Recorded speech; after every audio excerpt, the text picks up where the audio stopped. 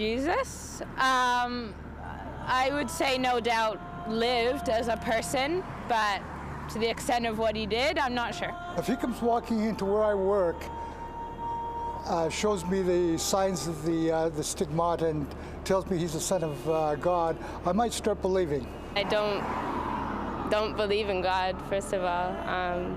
Maybe because I grew up in like an age of science. I have a lot of different thoughts and theories on Jesus, but I don't think coming back from the dead's really possible.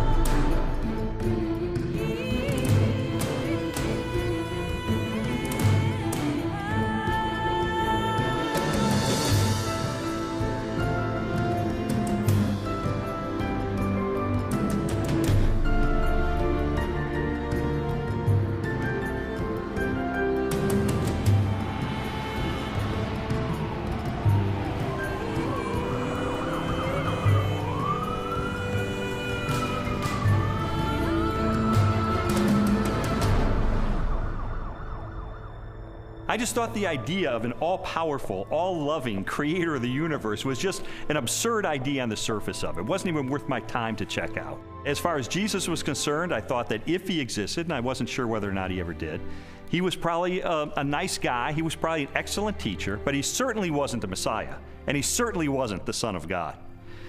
Now, my wife was more in spiritual neutral. She was more of an agnostic, whereas I was more antagonistic toward Christians. I just didn't know where all the pieces fit together. I didn't know who Jesus was or how he fit into the picture. Lee was antagonistic towards God. I was simply confused. There really was no room for God in my relationship with Leslie when we were dating and when we got married, but you know what? We were happy. We didn't have any problem with that. When I first started going to church, Lee responded very negatively. He basically told me that this is not what he had signed up for, that when we had gotten married, he had life planned in a way that did not involve church. My biggest fear with Leslie was that she was going to turn into some religious prude or something, and I thought nothing good can possibly come out of this.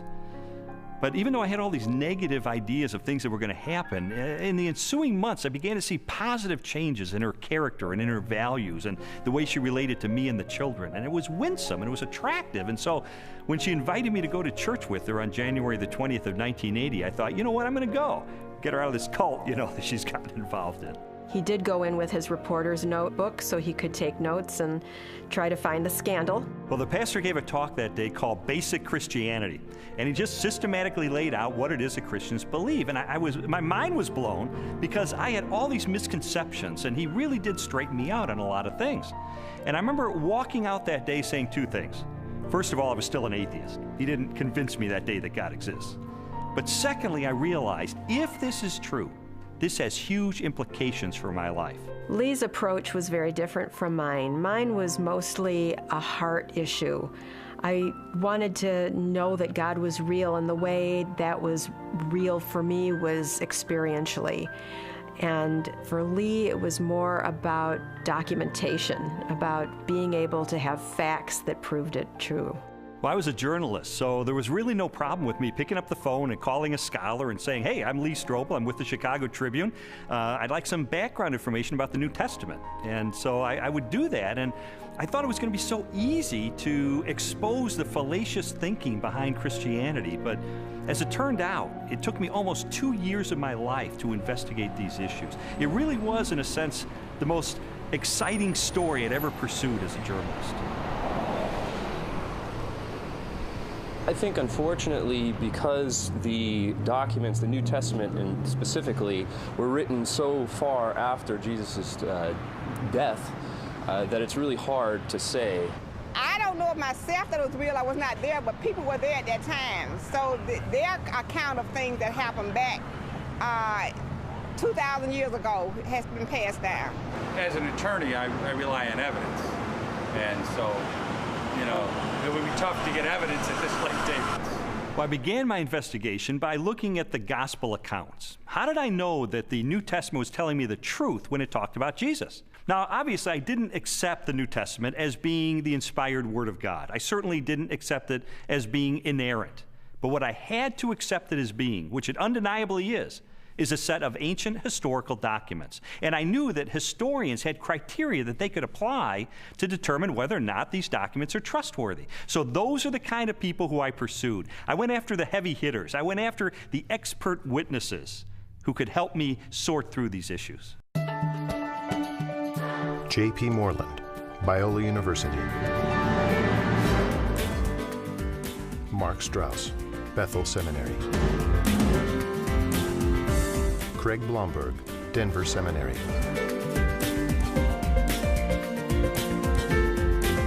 Craig Evans, Acadia Divinity College. N.T. Wright, Bishop of Durham, United Kingdom. Over the last 250 years, it's been common coin in Western culture that, oh, you can't believe what's said in the Gospels. You know, it's even made into musicals. The things that you're liable to read in the Bible, they ain't necessarily so. And that skepticism has wormed its way into much modern culture and indeed into many Christian circles, many church circles, where they'll say, well, Matthew probably made this bit up, or Luke just added this bit on the end of the parable, or whatever it is.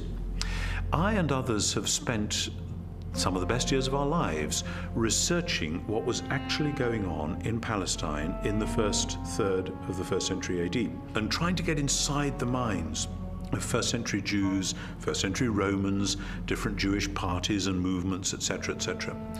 And the more that I have tried to do that, the more I've found that what you find in Matthew, Mark, Luke, and John comes up in 3 dimensions and says, my goodness, this actually belongs. It makes sense. It fits. It gives us very vivid portraits of who these people were and what they were doing. The New Testament Gospels are biographies of Jesus.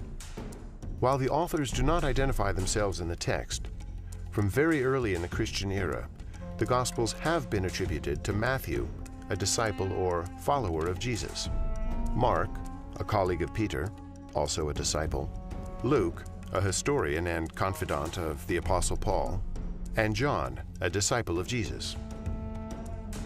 Both Matthew and John were among the 12, Jesus' closest followers, and constant companions throughout his ministry. They would have personally observed most of the events they described in their Gospels. Mark and Luke were also contemporaries of Jesus and wrote their biographies based upon information provided by many eyewitnesses.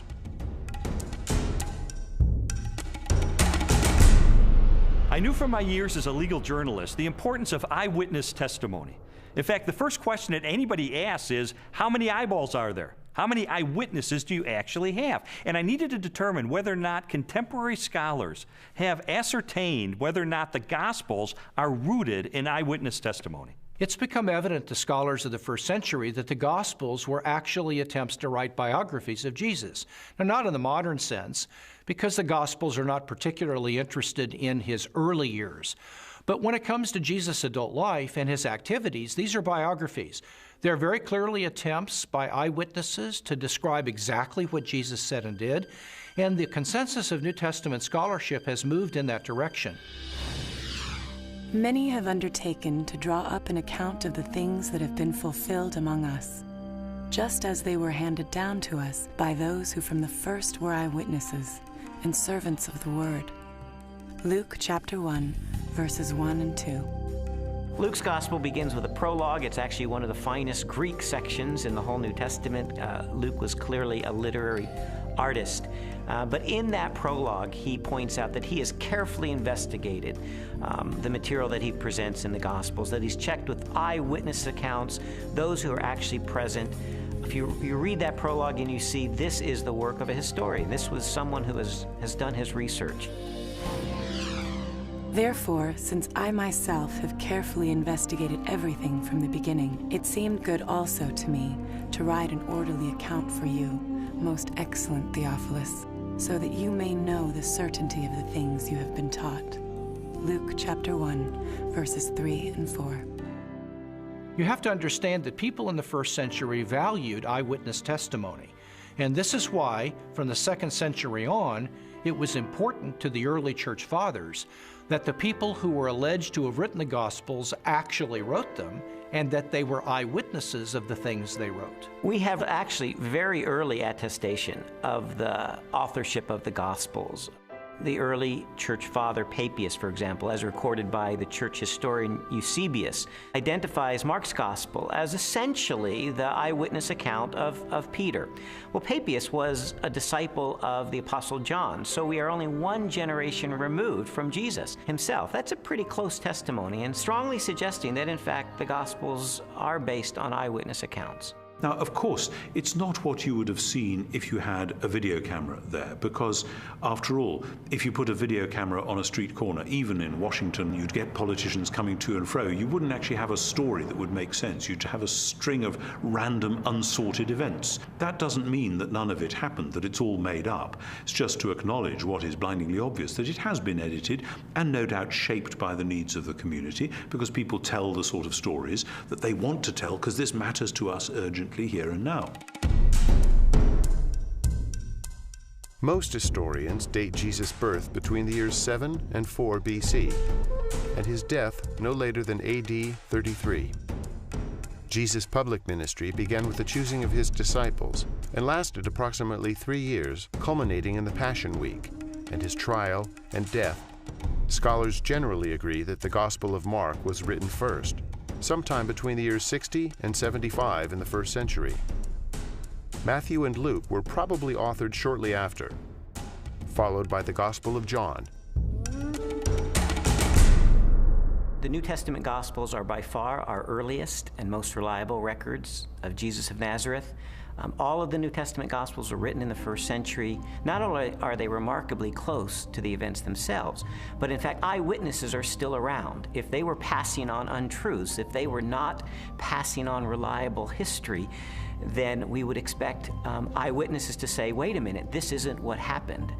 But eyewitnesses are around. Eyewitnesses could confirm what they said. All of the gospel writers either were eyewitnesses or interviewed eyewitnesses to gain the information that they gained about Jesus Christ.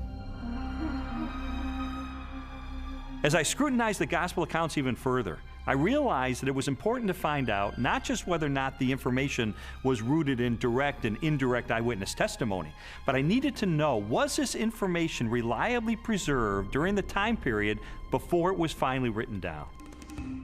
We have to put ourselves into the ancient world without modern media, without even a print-based culture in which the only and the standard way of preserving information was through oral tradition, most of which was memorized. Young rabbis were often forbidden to comment on a passage of Scripture until they had memorized it perfectly. In fact, it was not uncommon for rabbis of Jesus' time to commit the entire Torah to memory.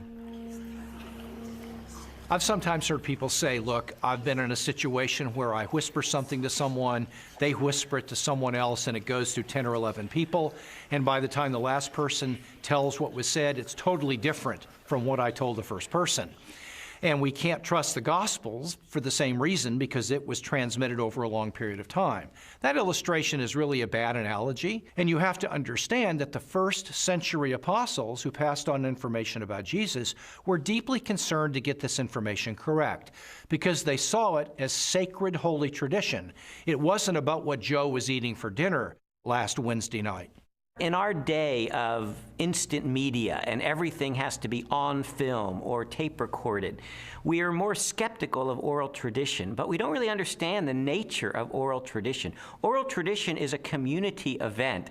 A story is passed down by individuals within that community. Well, if they get it wrong, you've got an entire community that's going to correct them. So it is self-correcting all the way. These stories were passed on reliably because they were passed on by the community of disciples. In fact, we now have scholarly studies that have been done of oral cultures, and we know that through several generations, Oral tradition can be preserved and passed on without changing a thing.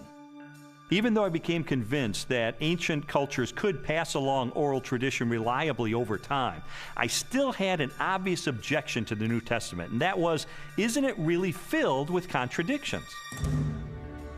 One of the issues people often raise is the question of apparent contradictions between the Synoptic Gospels, where there's a parallel story. For example, Matthew tells the story of 2 blind men being healed, whereas in Mark's account there's only 1 blind man. How can we get this contradiction? The vast majority of these apparent contradictions, however, are quite easily resolved. Mark describes only one of the 2 blind men, the one who is most prominent, obviously, or perhaps even the one who became a disciple of Jesus and became prominent in the later church. So most of these apparent contradictions are quite easily resolved. Had every single account given us exactly the same detail, we might have accused them of some form of collusion, of having gotten together and carefully planned out how they were always going to tell the story with the exact number of details, but then one doesn't have independent testimony at all. It's natural when you have multiple eyewitnesses to the same event. You're going to get different perspectives, and that's okay. You want that. What you're looking for is a core to the testimony that's the same, that's consistent, even though there may be some variation in the incidental details. If you're in a court of law and you have multiple witnesses come in and testify to the exact same thing, the first objection that's brought up is to say collusion. They got together. They orchestrated their testimony, and their credibility is shot. The earliest known copies of the Gospels were written on sheets of papyrus and scrolls made of animal skins. They are among the oldest existing manuscripts of antiquity. The Codex Sinaiticus was authored between AD 330 and 350. It contains almost all of the New Testament and a significant portion of the Old, while the Codex Vaticanus from the same era is a nearly complete Greek copy of the entire Bible. A papyrus fragment from the 18th chapter of John dates to AD 125, less than a single generation after the Gospel was originally written. When I found out that we have no original survivors of the manuscripts of the New Testament, I became very skeptical. Because if all we have are copies of copies of copies of copies of copies, then how do we know that what we possess today bears any resemblance to what the original said? We have better manuscript attestation for the New Testament than any other ancient document. For example, the Bible of the Greeks, Homer's Iliad, is preserved in maybe 600 manuscripts, the oldest of them 1,000 years after the document was actually written. The New Testament, we have something like 5,000 Greek manuscripts. So everyone agrees, whether liberal or conservative, that we have an incredibly reliable New Testament. We have thousands of manuscripts of the New Testament. We also have virtually the entire New Testament preserved in the quotations of the Church Fathers in the first 4 centuries, so that if we had no copies of the New Testament, we could reconstruct the New Testament from quotations from the early Church Fathers. Following the pattern of my investigation, my next step was to determine whether or not there was any evidence outside the New Testament that corroborates what the New Testament tells us.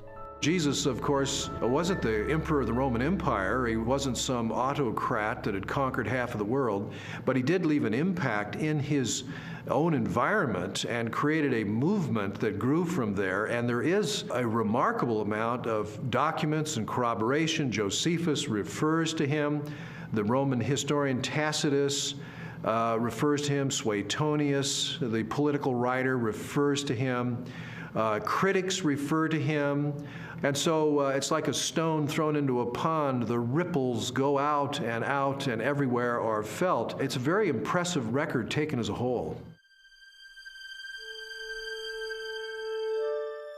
In AD 93, the Jewish historian Josephus published his work, Antiquities of the Jews. Scholars generally agree that the following text accurately records Josephus' record of Jesus. Now there was about this time Jesus, a wise man, for he was a doer of wonderful works, a teacher of such men as received the truth with pleasure. He drew over to him both many of the Jews and many of the Gentiles. When Pilate, at the suggestion of the principal men amongst us, had condemned him to the cross, those that loved him first did not forsake him.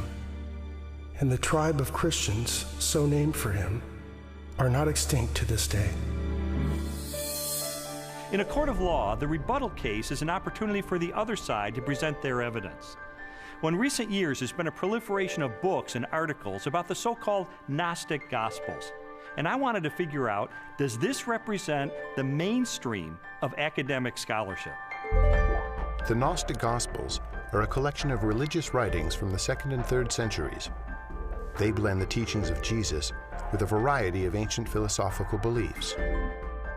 According to the tenets of Gnosticism, the universe was the creation of a flawed and wicked God. Therefore, all matter was evil. Salvation from this world could only be attained through secret knowledge about the spiritual nature of man. There's been a lot of talk about the Gnostic Gospels, the Gospel of Mary Magdalene, the Gospel of Philip, the Gospel of Thomas. These documents are almost universally recognized to be much later than the New Testament Gospels and not to record historically reliable material related to Jesus. Well, the New Testament Gospels give us a portrait of an early 1st century Palestinian Jesus of Nazareth. The Gospels from the 2nd century, which are mostly Gnostic Gospels, such as the Gospel of Judas, or the Gospel of Thomas, or the Gospel of Philip, or the Gospel of Mary, they give us a very different Jesus.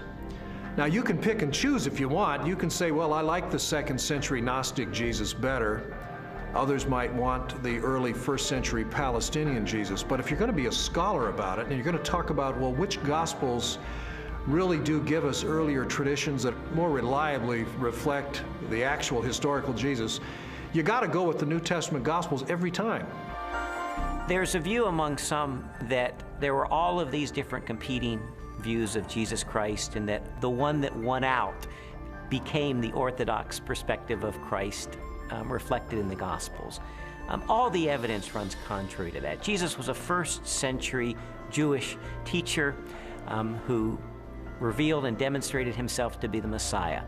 That's the presentation we get in Matthew, Mark, Luke, and John, the New Testament Gospels.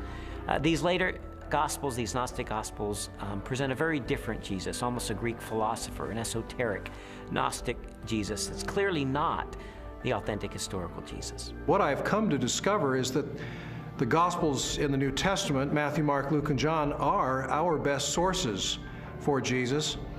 And I've also found that they are reliable, and that from these sources we can form a picture that I believe is very accurate, that tells us about Jesus, what he taught, how he was perceived by his contemporaries, and what his life was really all about. Everything from Jesus' parables to his healings, to his controversies, to his warnings, and all of that, the reason they were telling this stuff is that not just it was good advice for them in their own day, but that it actually mattered, that it actually happened. And if it hadn't happened, you're into a totally different worldview, a worldview which is about ideas, which is about self-realization, hugely popular in our culture just now, discovering who I really am. You know, for goodness sake, Jesus didn't come to help me discover who I really am. He came to tell me who he knew I really was and to do something about it. And that's much better news. After a while, as the evidence would accumulate more and more, it was like there were these scales and they began to tip increasingly. And I began to go from a hard-hearted, cynical atheist to someone who was still skeptical, but who was more open-minded, maybe more of a spiritual seeker, someone who was willing to follow the evidence wherever it took me.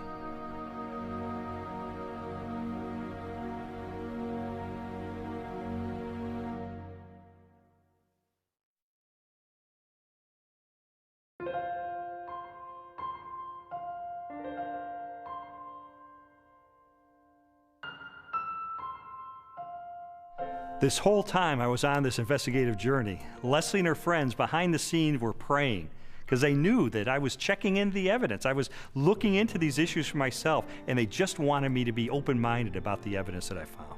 I was feeling like my whole world was opening up into something new and way more exciting and fulfilling than what we had been on. And it was that frustration of trying to help him to recognize that that was the case. Well, Leslie tried several things during this period to try to spur me on in my investigation. It didn't help very much. For instance, she would leave Bible tracts around the house, or she would take a Christian book and highlight certain passages and leave it open on a coffee table, things like that. And it really didn't help. And I told her it was not helping, and she understood that. But I think sort of the whole time she was holding her breath, because this was not a very smooth investigation. And he would take 2 steps forward, 3 steps back. Sometimes it looked like he was really getting it, and other times he would just turn into an angry, frustrated person again. And so it was a very frustrating time for both of us. I believe Jesus was a real person. I believe he did live. I guess there are some exaggerations in the Bible, I'd have to say. I don't believe we'll ever know if Jesus was really what everyone thinks he is. I think it's a lot of folklore. I think it's a lot of historical misrepresentations. I think it's a lot of wishful thinking. But I don't think we know, and I don't think we'll ever know, and I don't think there's any way to prove what has been claimed about Jesus for all these years. The biographies of Jesus in the New Testament gave me a lot of information about him. But Christians were saying that he is the Son of God. That's a huge step to take to believe that. And so I sought out more scholars so I could pose to them this question: who was Jesus?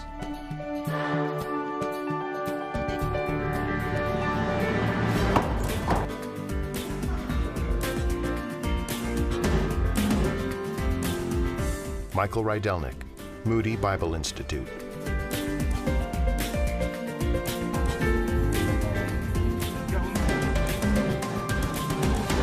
Ben Witherington, Asbury Seminary.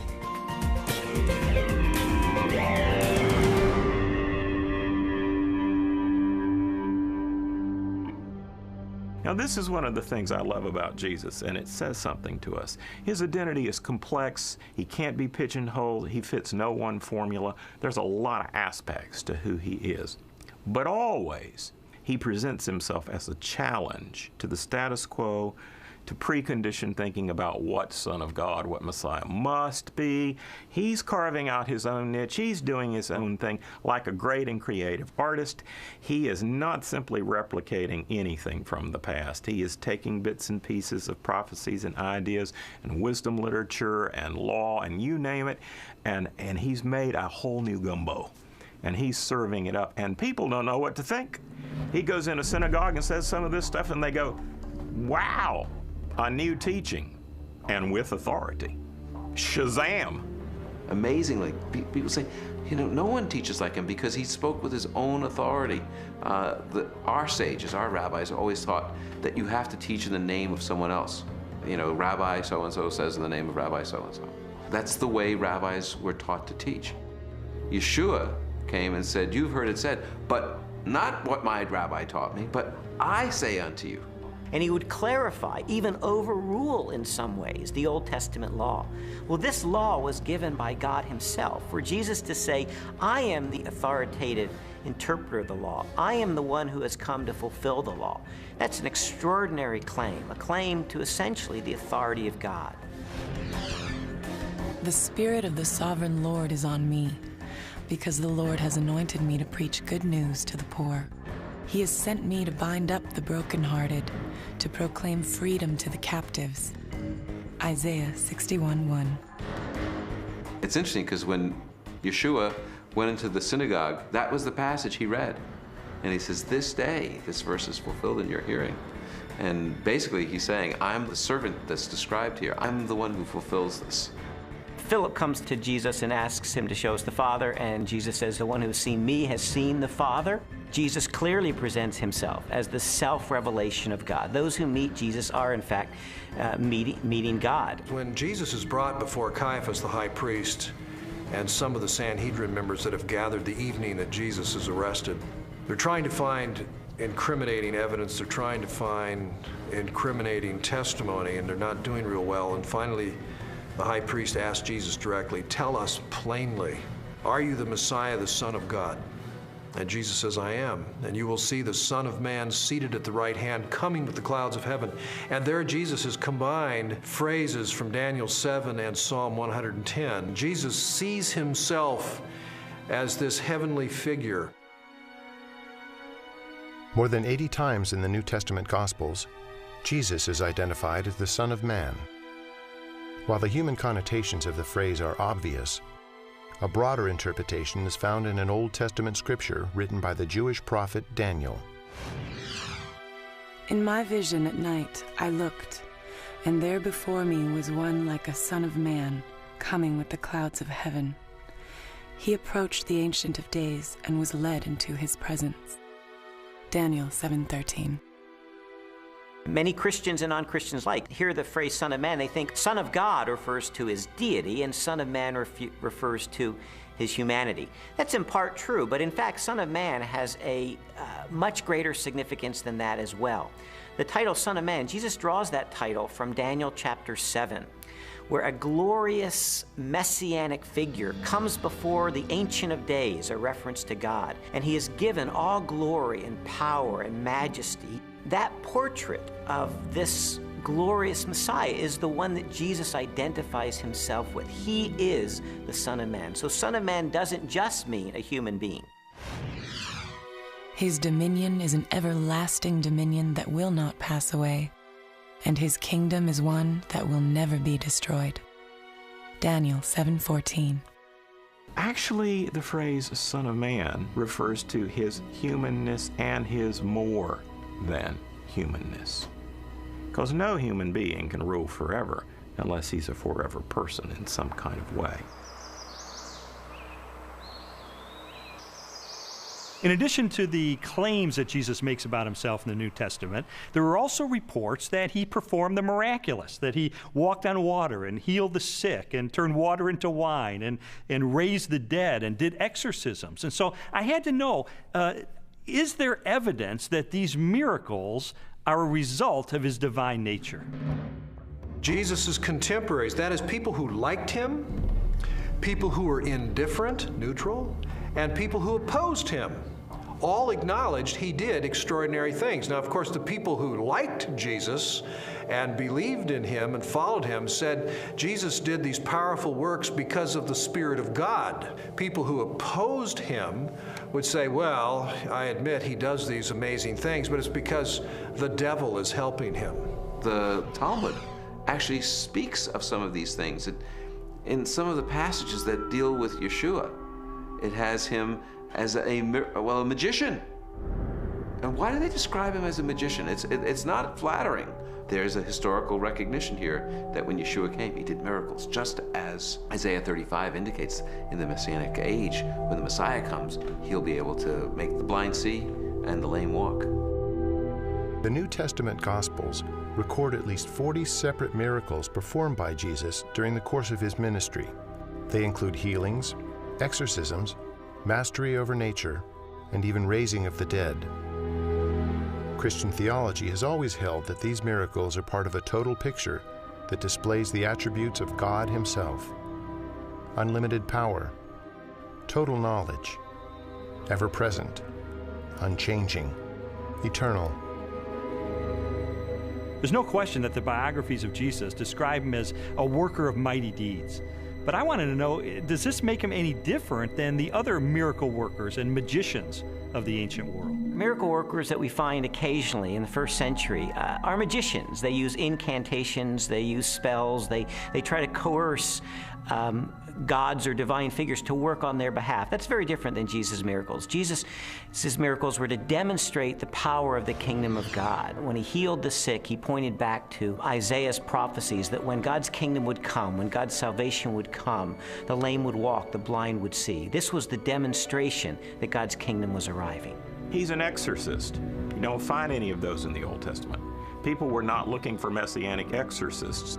He carves out his own niche. He reveals his identity in his own way.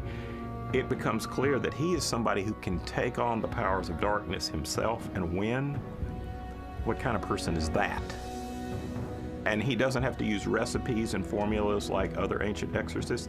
He can just call the demon by name and that boy's out of there. One of the most astonishing things that Jesus did was when he claimed to forgive sins. In Mark's Gospel, chapter 2, a man is brought to him, a paralyzed man, and the crowds around him are expecting Jesus to heal him. But instead, the first thing Jesus said is, "Your sins are forgiven." Only God forgives sins. Now, some might say, well, Jesus may have been forgiving sins on behalf of God. But in fact, that's not the way his listeners understood him, because immediately the religious leaders responded to that. Who is this that forgives sins? Only God forgives sins, they claim. But Jesus claims the ability to forgive sins. And then to confirm that he has that authority, he then heals the man. And so a very obvious question arises. That is Jesus the Messiah, the Christ, the Anointed One, the one sent by God to be the Savior of Israel and the world? Christians told me that there are dozens and dozens of ancient prophecies contained in the Old Testament of the Bible, and that they predict the coming of this Messiah, and that Jesus, against all mathematical odds, fulfilled those prophecies. And I thought, this is a little bit like the fingerprint evidence you see in a court of law. I remember covering one particular case where the murderer went through the purse of the victim, and he left one thumbprint on the cellophane wrapper of a package of cigarettes. And it was that thumbprint that led to his conviction for murder. And I thought, in an analogous way, could it be that these ancient prophecies are sort of like that thumbprint on the cellophane? Do they create a thumbprint that only Jesus Christ in all of history manages to match?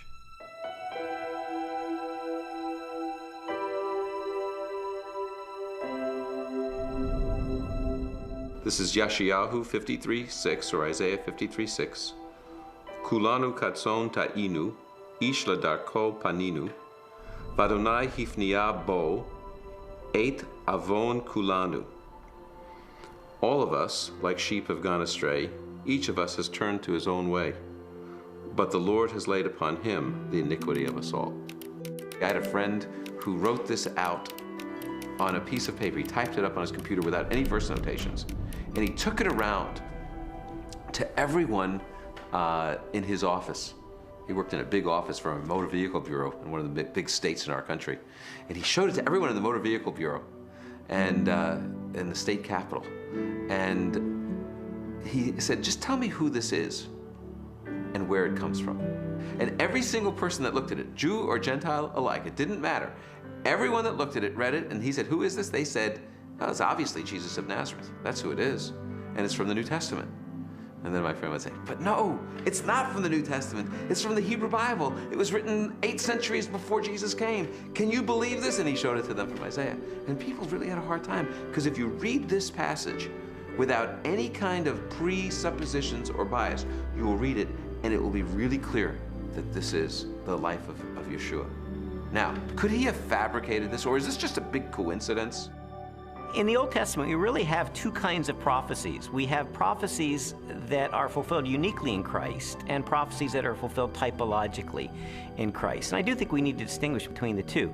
Those that are fulfilled uniquely in Christ were once and for all fulfilled by Jesus. And those are the ones that we can really point to have apologetic value. That is, to demonstrate that Jesus was the only person who could have possibly fulfilled this. His birth in Bethlehem is one of those prophecies.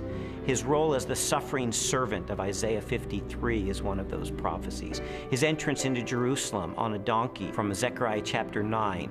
These are clear evidence that Jesus is fulfilling the Old Testament. The most amazing part of Isaiah's prophecies is in Isaiah 9, when it speaks about the son of David coming to be the king, to sit on the throne of David and have an eternal righteous kingdom. And everyone knows it from Handel's Messiah. Unto us a son is born, unto us a child is given. And the idea of this verse is that the Messiah will actually be born, physically born. And then it says, and his name shall be called Wonderful Counselor, Mighty God, Father of Eternity. In other words, he's the creator, the author of time. Some skeptics have said that Jesus could have engineered the fulfillment of these prophecies. Of course, Jesus could not have determined where he was going to be born, so to be born in Bethlehem, obviously he could not have engineered that.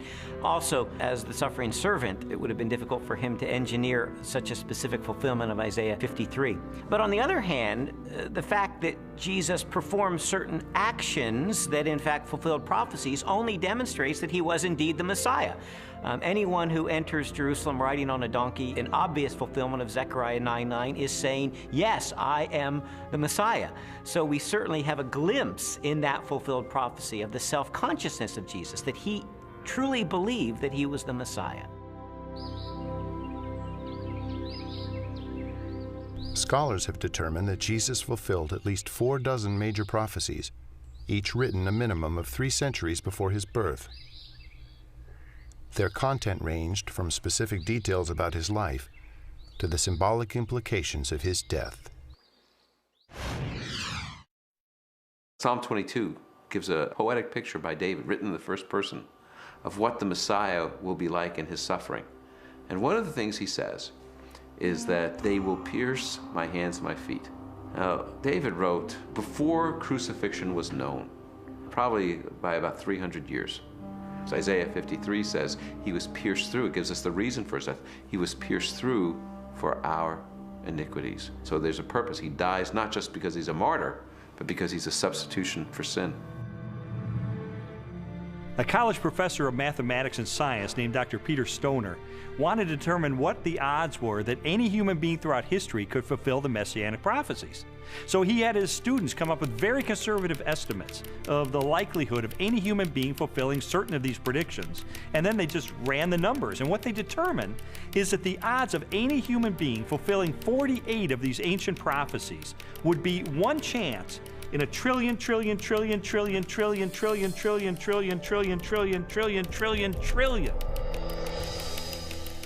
It is mathematically virtually impossible. To me, just as significant as all of those unique prophecies that were fulfilled in Christ is the complete drama of the Old Testament. The fact that the Old Testament is the story, the narrative of God's redemptive movement, his movement to deliver and save humanity. And Jesus is the climax of that movement. He is the climax of salvation history, the one who brings it off to fulfillment. You read the Old Testament, it's building, building, building. Jesus arrives on the scene and he is the fulfillment. And he recognizes himself clearly as the climax of God's plan of salvation for all humanity. This whole case was sort of like one of those jigsaw puzzles where you don't know what the ultimate picture is going to be. You just put together the pieces, and as I was putting together all of the evidence, it started to take shape, and I sort of stepped back and I could see that it was a portrait of Jesus Christ.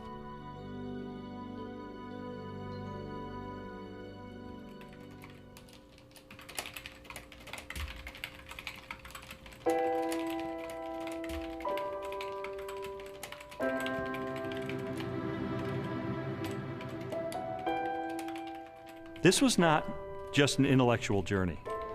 There was a very real emotional component to this, because I would find things along the way that would challenge me and my worldview on a very deep level. And I would recoil from it, and I wouldn't want to believe it. And I mean, there were so many reasons why I didn't want there to be a God, because I did not want to be held accountable for my life. I didn't know at the time why Lee was so angry. I thought it was just being stubborn. He says, after coming through it, that it was conviction.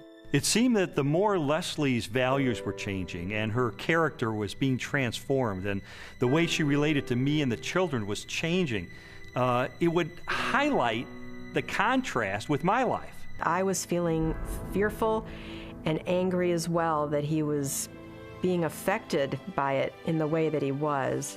I mean, the truth is, I felt like I was losing Leslie. She was being pulled away from me into this Christian subculture. I didn't fit in there. I'm the atheist. I'm the skeptic. And yet I felt like she was being pulled away, and I loved her. I didn't want to lose her. And it got to the point where I was so angry over the whole thing. One day I just reared back and I kicked a hole in our living room wall, just out of rage over the situation. It was a very ugly scene right in front of Leslie, right in front of our little girl. They were crying, and I didn't want to lose her.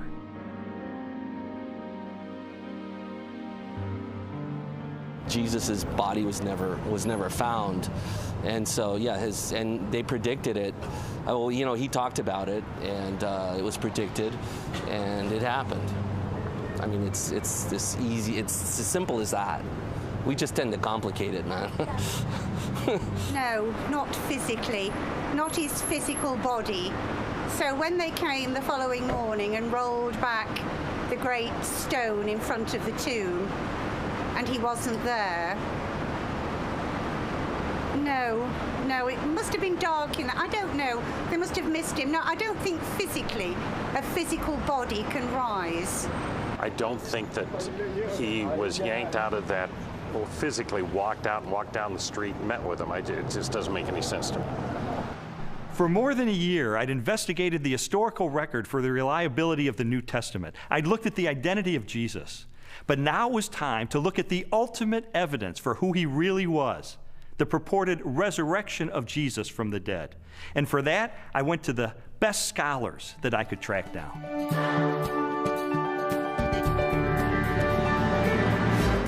William Lane Craig, Biola University. Gary Habermas, Liberty University.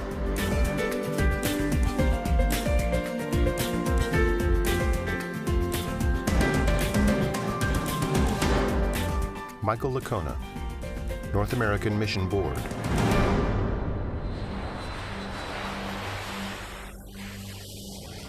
You see, while Jesus was on earth, he made some really radical claims.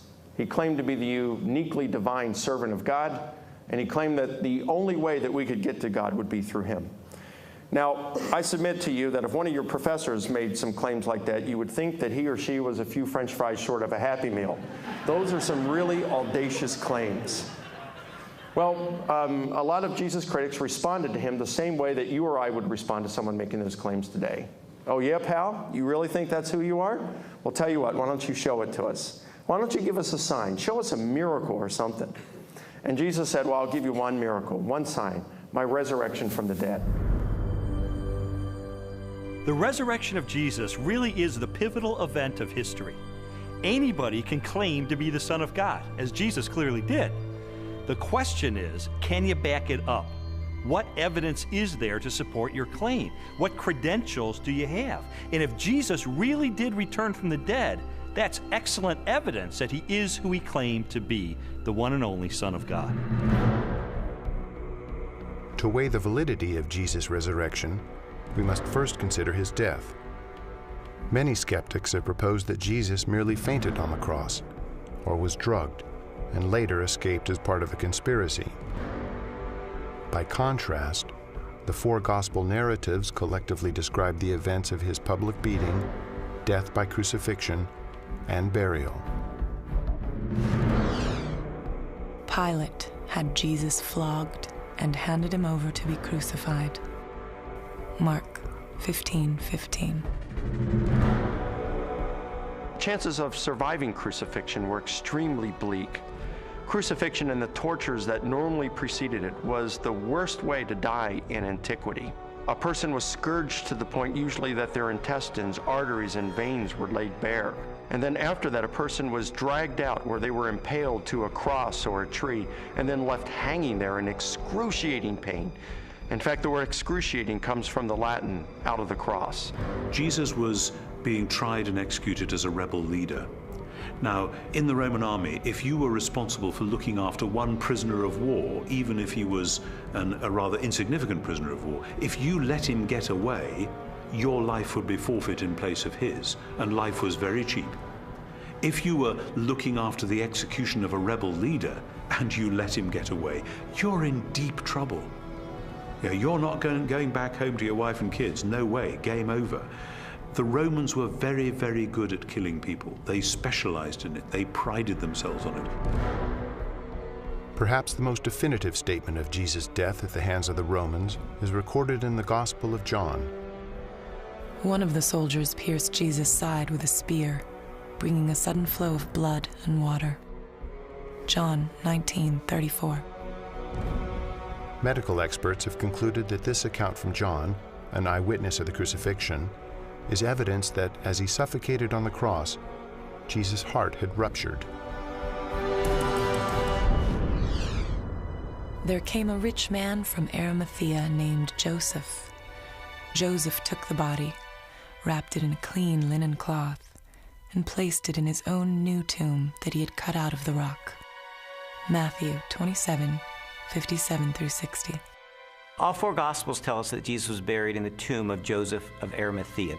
That's a remarkable statement, and certainly a historical statement. The evidence for that is, first of all, Joseph of Arimathea is identified as a member of the council, the Sanhedrin, that condemned Jesus. The presence of Joseph of Arimathea in the empty tomb narrative indicates that this is a historically reliable account of what really happened. His name would have been known to people in those days very much like a United States senator would be known today. It would have been very clear where his tomb was, so that there would have been no question about the location of Jesus' burial. It also, I think, indicates that the burial account of Jesus could not have been made up. It is highly unusual to find that the person who alone has the courage to go to Pilate and give Jesus an honorable burial is not members of his family, faithful disciples who followed him to the end. Instead, it is a member of the Jewish Sanhedrin, the very high court, all of whom, Mark says, had condemned Jesus of Nazareth to the cross. The fact that it is Joseph of Arimathea who is the person responsible for giving Jesus an honorable burial is an awkward and embarrassing fact for the early church, and yet this tradition is faithfully preserved in almost all of the traditions that we have about the burial of Jesus.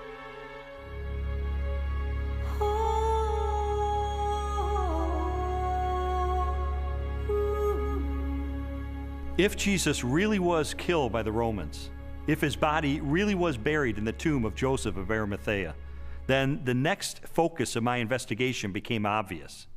On the first Sunday after the crucifixion, was the tomb of Jesus Christ really empty?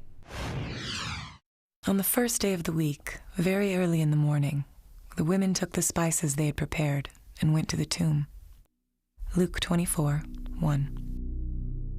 The empty tomb story also has a very embarrassing feature of it that is preserved in the memory of the early church, namely the discovery of the empty tomb by women. Now, in order to appreciate this, you have to understand something of the status of women in Palestinian Jewish society. In that society, which was a patriarchal society, women were frankly second-class citizens.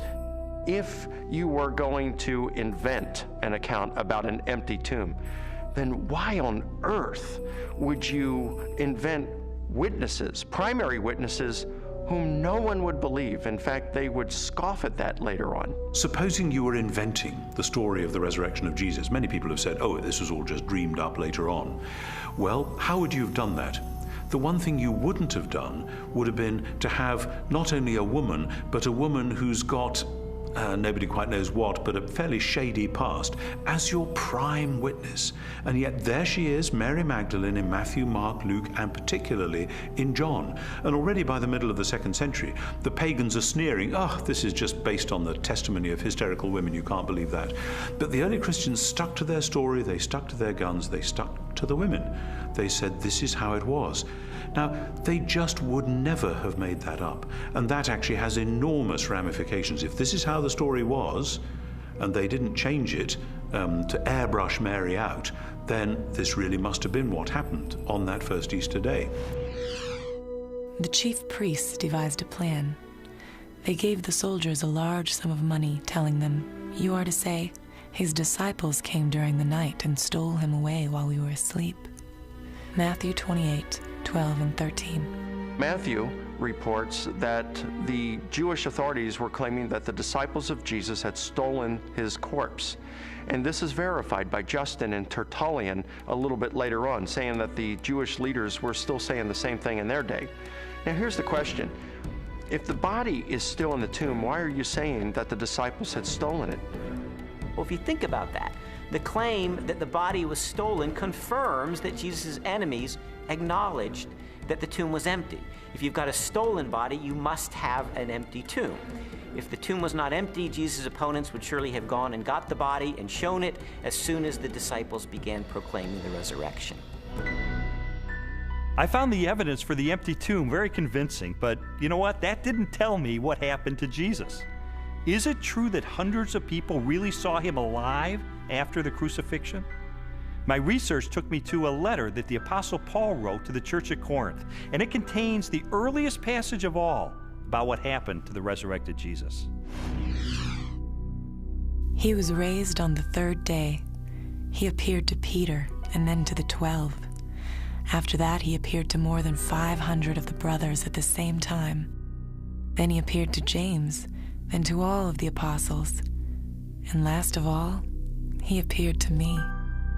1 Corinthians 15, 4-8. Paul, who is a first-generation Christian, having met and seen the resurrected Jesus, describes resurrection appearances to Peter, to the apostles, to James, and finally to himself. And he also mentions 500 people who saw Jesus alive. So we have eyewitness first-hand account of someone who himself saw Jesus alive and knows of 500 people or so who saw Jesus alive. That's extraordinarily strong evidence. These people, Paul tells us, were still alive at the time that he was telling the Corinthians about it. And his implication is we have hundreds of people who actually saw Jesus risen from the dead. If you don't believe me, you can ask them about it because they're still alive. In 1 Corinthians 15, Paul tells the Corinthian church that he passed on what he received. He uses the language, actually, of a formal transfer of tradition. What he received, and then he describes the resurrection of Jesus Christ and the resurrection appearances. This confirms for us that the accounts of the resurrection were creedal tradition that were passed on to Paul. So if 1 Corinthians was written in the early to mid-50s of the first century, these traditions were much earlier than that, going back to the period of Paul's conversion in the 30s. So that pushes the accounts of the resurrection to a very, very early date. Paul seems to think that the best argument for this text is that he received it from trustworthy persons. I gave you what I was given. The answer's right. I went to the right people. And critics believe that Paul got this material. Generally, they say he received it in Jerusalem about 35 AD. First of all, he's early. He's writing within 20 to 35 years of the purported event itself, because he's quoting from a creed, an oral formula, tradition that predates the writing of the New Testament, for which most scholars date to between 3 to 5 years of the crucifixion itself. 1 Corinthians 15, 3-7 provides evidence that belief in the resurrection was already present among Jews within 2 to 3 years after Jesus was killed. That means that the resurrection stories aren't something that evolved over 30, 40, 50 years after the crucifixion of Jesus. So we have the empty tomb, we have the eyewitnesses, we have the early accounts. The question is, are there any other additional facts, circumstantial evidence, to support the resurrection? While the Apostle Paul described hundreds of eyewitnesses to the resurrected Jesus, the full impact of the event is perhaps best measured by the subsequent growth of the early Christian church in the face of intense persecution. In the 2nd century, the Roman historian Tacitus wrote, "Nero inflicted the most exquisite tortures on a class hated for their abominations, called Christians by the populace. Christus, from whom the name had its origin, suffered the extreme penalty at the hands of one of our procurators, Pontius Pilate, and a most mischievous superstition, thus checked for the moment, again broke out not only in Judea, but even in Rome." Even the most critical, skeptical scholars recognize that the earliest disciples at least believed that God had raised Jesus from the dead. In fact, they pinned nearly everything on it. Without belief in Jesus' resurrection, the early Christian movement could never have come into being. They recognized in Jesus something special, but they wondered if they were mistaken when he died. They didn't anticipate that. Suffer maybe, but die at the hands of Pontius Pilate, the Roman governor? In fact, even when the first reports of his resurrection reached their ears, they were still doubtful and skeptical.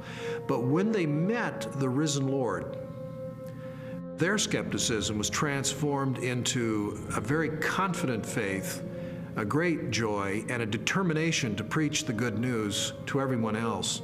And I think that's the part that's awfully hard to refute, because we have this turnabout, this transformation of a discouraged and bewildered following on the basis of the good news. Somehow you have to explain the explosion from scared followers who run away to let's worship him, let's sing to him, let's pray to him.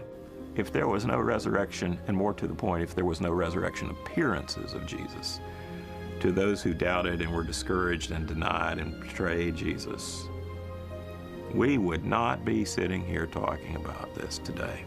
Other messianic figures had risen in the past, had claimed to be somebody, and had been suppressed and killed by the Romans.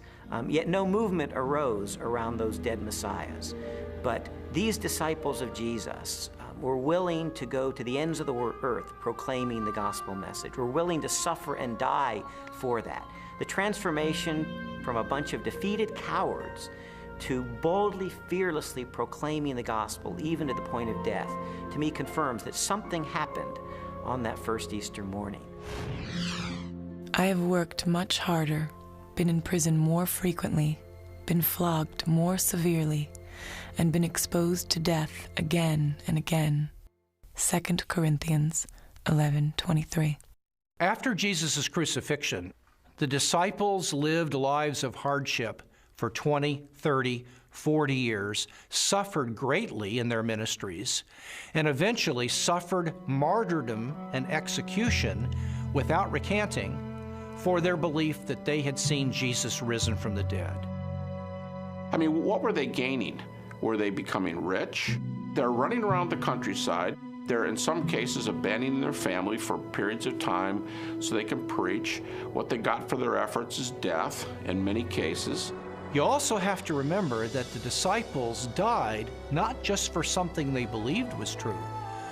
They died for something they actually saw with their own eyes. It's much more difficult to explain that away than it is for someone who dies for a belief and they're sincerely wrong.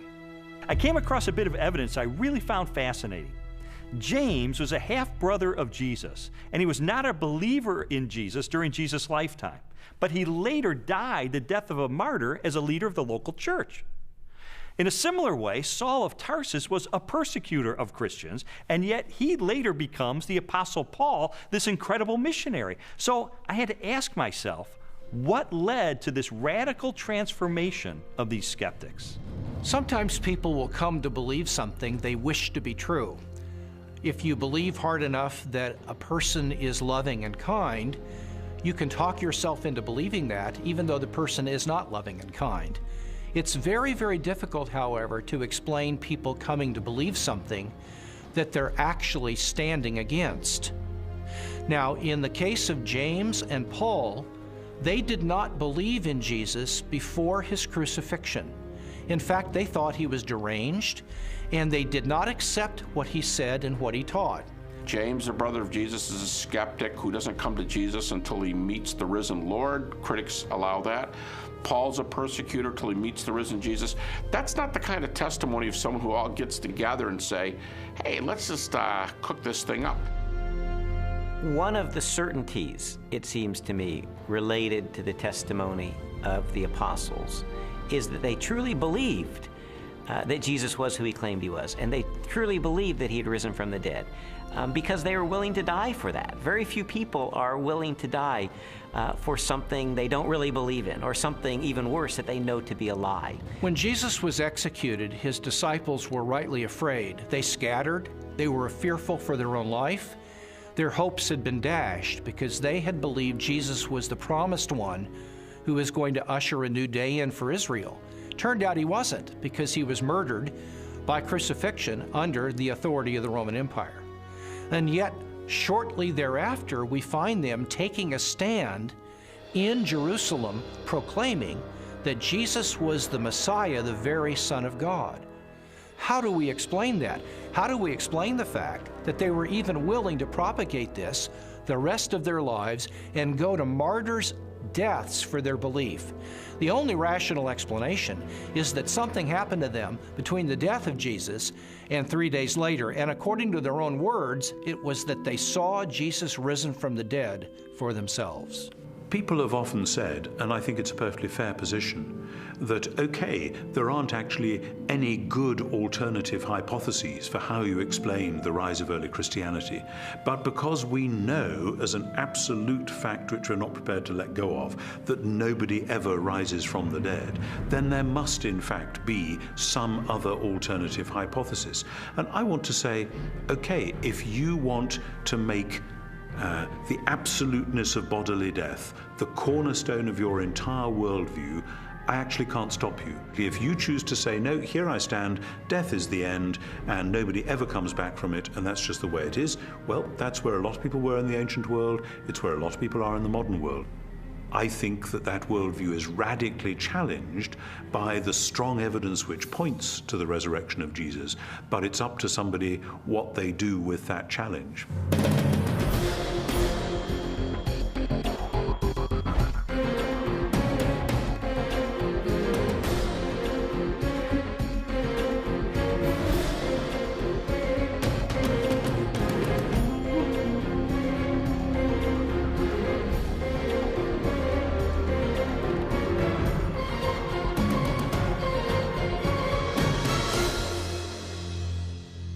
The evidence accumulated over time until November the 8th of 1981, which is sort of when I reached a critical mass.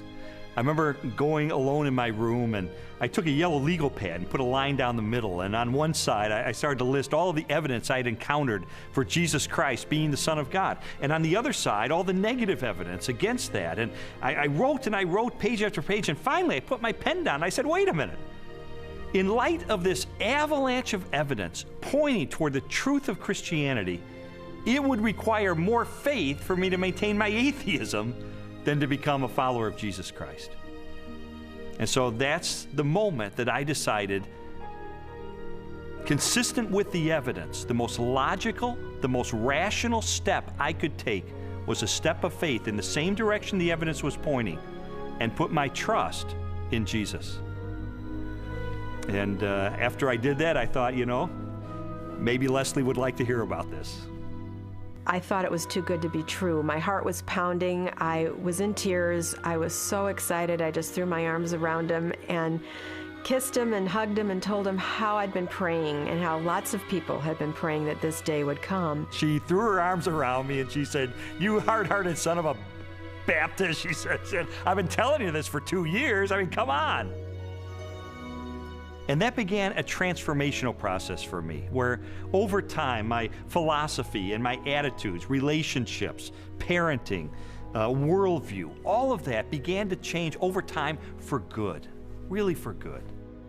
When Lee became a Christian, his whole life started to change, to the extent that our 5-year-old daughter, who also saw those changes, went to her Sunday school teacher and told her that she wanted Jesus to do in her life what he had done in her daddy's life. Jesus said, "You shall know the truth, and the truth will set you free." And you know, that's my story. It was someone who said, I'm going to investigate this stuff with an open mind, let it take me wherever the evidence will take me. And what I discovered in the end is Jesus made the claim that he is the truth, that everything hinges on his identity. In fact, everything hinges on the resurrection, because anybody can claim to be the Son of God. If Jesus really did return from the dead, then he is who he claimed to be, and that changes everything. But what about your own journey? I'd really encourage you, if you've never done it, to investigate the evidence for yourself, but make 3 resolutions up front. Number 1, make it a front burner issue in your life. Number 2, resolve to have an open mind, to go wherever the evidence takes you, even if it takes you to the very uncomfortable conclusion that Jesus is who he claimed to be. And then finally, resolve that once the evidence is in, you will reach a verdict in the case for Christ.